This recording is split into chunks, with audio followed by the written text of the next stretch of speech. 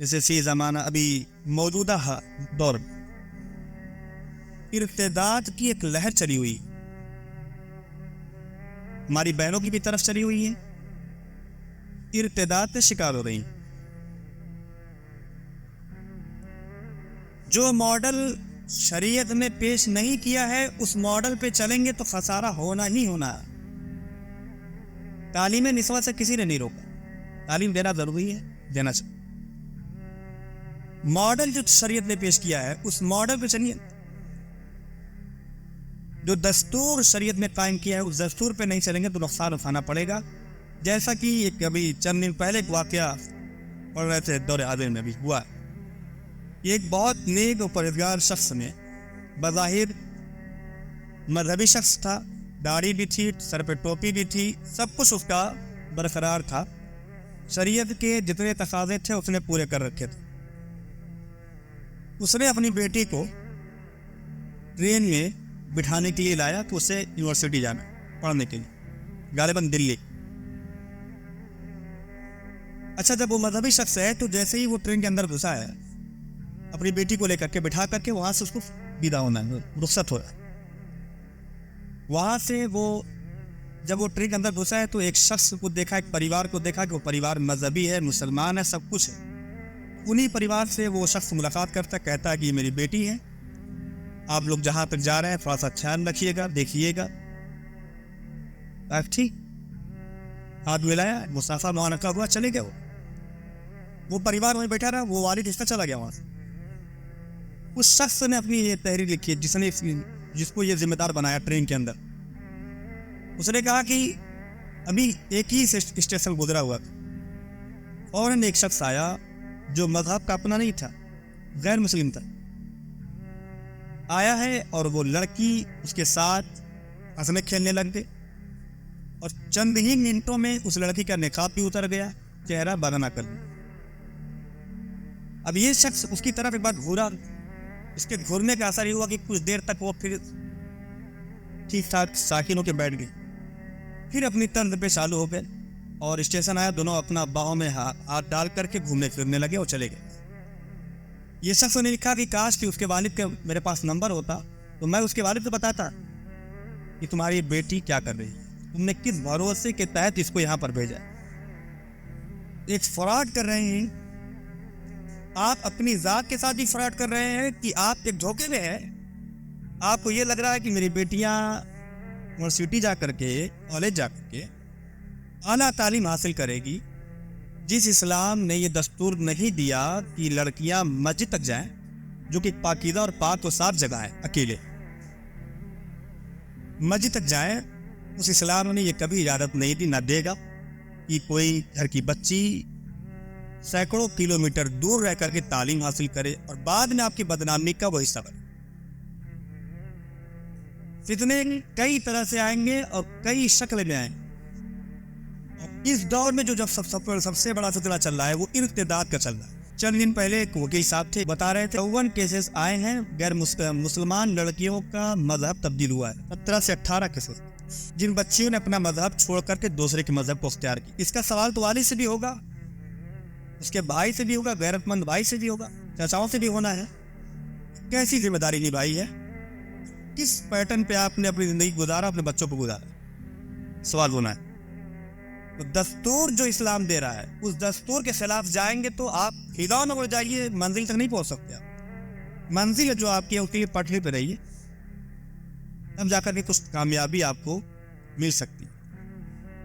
اور ہر بہن کو اپنی بہن سمجھنے کا جذبہ دل میں پیدا کرنے کی ضرورت ہے۔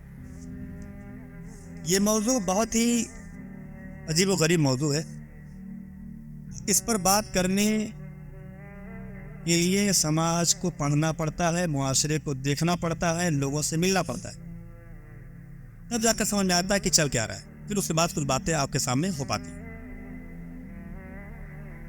فتنہ ہر قسم، ابھی دیکھیے کہ جو ابھی پروگرام ہوا آپ نے دیکھا 22 تاریخ، پروگرام کے بعد بڑے فتنے آئے، کئی جہاں گھر گرے، یہ بھی ایک فتنہ ہے۔ کئی داڑھی رکھے ہوئے شخص نے، ٹوپی پہنے ہوئے شخص نے اس پروگرام میں حصہ لے کر اپنے ایمان کو برباد کیا.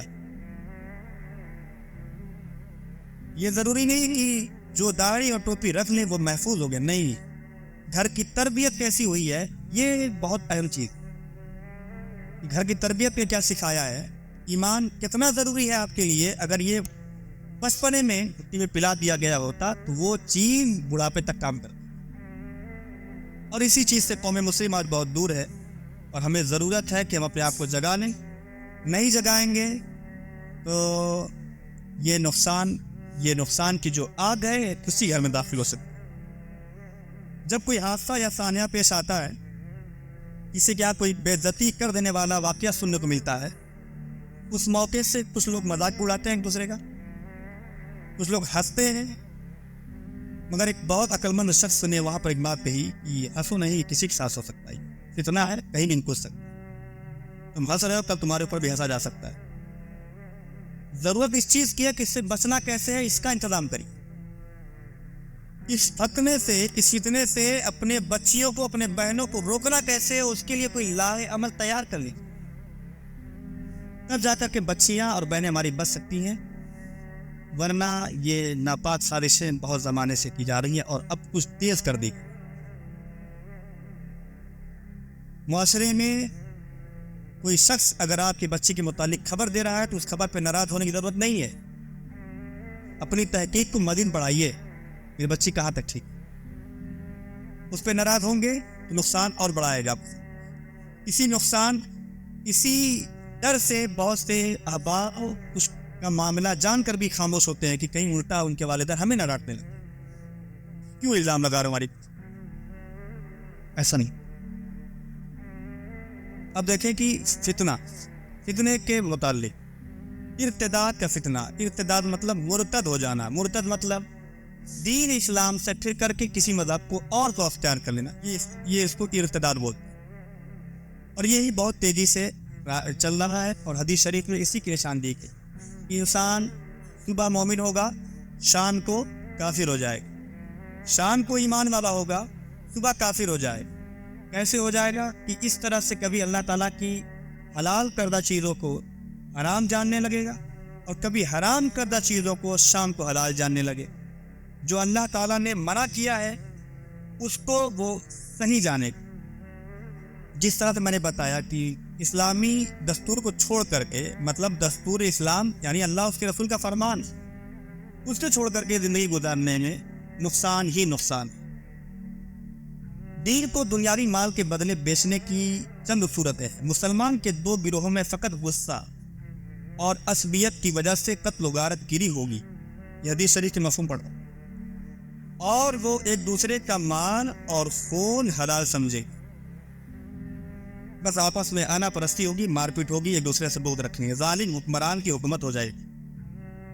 جو حاکم ہوگا، بادشاہ ہوگا، وہ ظالم ہوگا. ظلم کی حد آپ دیکھ رہے ہیں کہ آپ کی عبادت گاہیں بھی اب محفوظ نہیں بچ رہی. آپ کے قلعے جس کو مدارس کہے جا رہے ہیں وہ بھی اب محفوظ نہیں بچ رہے. وہ مسلمانوں کا خون بہائیں گے، ان کے اموال ناحق لوٹیں گے. یعنی جو ظالم حکمران ہوں گے وہ مسلمانوں کا خون بہائیں گے اور ان کے مال کو بھی لوٹ لیں گے. بدکاری اور شراب نوشی کریں گے. اب بدکاری شراب نوشی تو ہمارے عرب میں بھی چالو ہو رہی ہے کچھ دنوں سے، جس کو کل منظور بھی کر لیا غالباً 1-2 دن پہلے. سعودی میں بھی اب شراب بیچی جائے گی. تو کیا وہ حاکم اسلام ہے؟ جو لوگ سمجھتے تھے وہ غلطی پر تھے. یہ بتایا جا رہا کہ وہاں حکومت اسلام نہیں ہے، ایک بہت بڑی سازش کے تحت بائی پاس ایک حکومت کر رہا تھا. بعض لوگ انہیں حق پر سمجھیں گے، بلکہ علماء سو ان کے حرام کاموں کو جائز قرار دیں گے. علماء سو مطلب جو گندے قسم کے علماء ہوں گے، جن کے عقیدے گندے ہوں گے، ان کے کرتوتیں گندی ہوگی، وہ ان تمام ناجائز کاموں کو، فتنوں کو جائز قرار دے دیں گے. جیسے ایک شخص ابھی گیا تھا وہاں پہ، اس نے بیان دیا کہ بہت ہو گئی نفرت، اب محبت کی بات کر رہا ہوں. کیسی محبت؟ تو جائز قرار دیں گے یہ لوگ جو فتنے میں مبتلا ہو جائیں گے اور اپنا اور اپنے بھکتوں کا بھی ایمان لے ڈوبے. سب سے بدتر شخص کی علامت حضور صلی اللہ علیہ وسلم نے فرمایا. سب سے بدتر دیکھیں کیا ہے. کیا میں تمہیں سب سے بدتر شخص کے بارے میں نہ بتاؤں؟ یہ وہ جو خود تو کھائے مگر اپنے مہمان کو کھانے سے روک. تنہا سفر کرے اور اپنے غلام کو مارے. کیا میں تمہیں اس سے بھی بدتر شخص کے بارے میں نہ بتاؤں؟ یہ وہ ہے جو لوگوں سے بغض رکھے اور لوگ بھی اس سے بغض رکھیں. سب سے بدتر شخص لوگوں سے بلا وجہ بغض رکھے گا، کسی سے بات نہیں کرنا، لوگ بھی اس سے بات کرنا چھوڑ. بدتر شخص ہے. کیا میں تمہیں اس سے بھی بدتر شخص کے بارے میں نہ بتاؤں؟ یہ وہ شخص ہے جس سے برائی کا خوف ہو، بھلائی کی امید نہ ہو. صرف برائی ہی اس سے ہو سکتی ہے، کوئی اچھا کام کی امید اسے نہ ہو. اور آج یہ کل یہ جملہ ساتھی مشہور بھی ہو گیا ہے، تم سے اتنی اچھائی کو تو امید نہیں تھی. انسان اپنے آپ کو اتنا برا بنا چکا ہے کہ وہ اچھائی کرنے کا کوئی ہنر اپنے اندر باقی نہیں رکھتا. کیا میں تمہیں اس سے بدتر شخص کے بارے میں نہ بتاؤں؟ یہ وہ ہے جو دوسرے کی دنیا کے عوض اپنی آخرت بیچ ڈالے. دوسروں کی دنیا کے خاطر اپنی آخرت کو بیچ ڈالے گا. کیا میں تمہیں اس سے بھی بدتر شخص کے بارے میں نہ بتاؤں؟ یہ وہ ہے جو دین کے بدلے دنیا کھائے. دنیا کھائے گا دین کے بدلے. یہ جو کچھ ابھی چل رہی ہے، سازشیں چل رہی ہیں، جو بھی پلان چل رہے ہیں، یہ ایمان کو خراب کرنے کی ہی پلاننگ ہے اور سازش. اس لیے جتنی جلدی ہو سکے اللہ کی بارگاہ میں آ جائیے، توبہ کریے، استغفار کریے اور اپنے گھر کی نگرانی محفوظ طریقے سے کریے. ایک قلعہ بن جائیے اپنے گھر کے لیے، مضبوط قلعہ بن جائیے اور ڈیفنس سسٹم مضبوط تیار کریے کہ ہمیں کیا کرنا ہے. اور جس گھر میں بہنوں کے ہاتھ میں بہترین موبائل دے دیا جائے، اس گھر کا دیوار اونچا کر کے کوئی فائدہ نہیں. اس لیے اپنی حفاظت ہمیں خود کرنی ہے.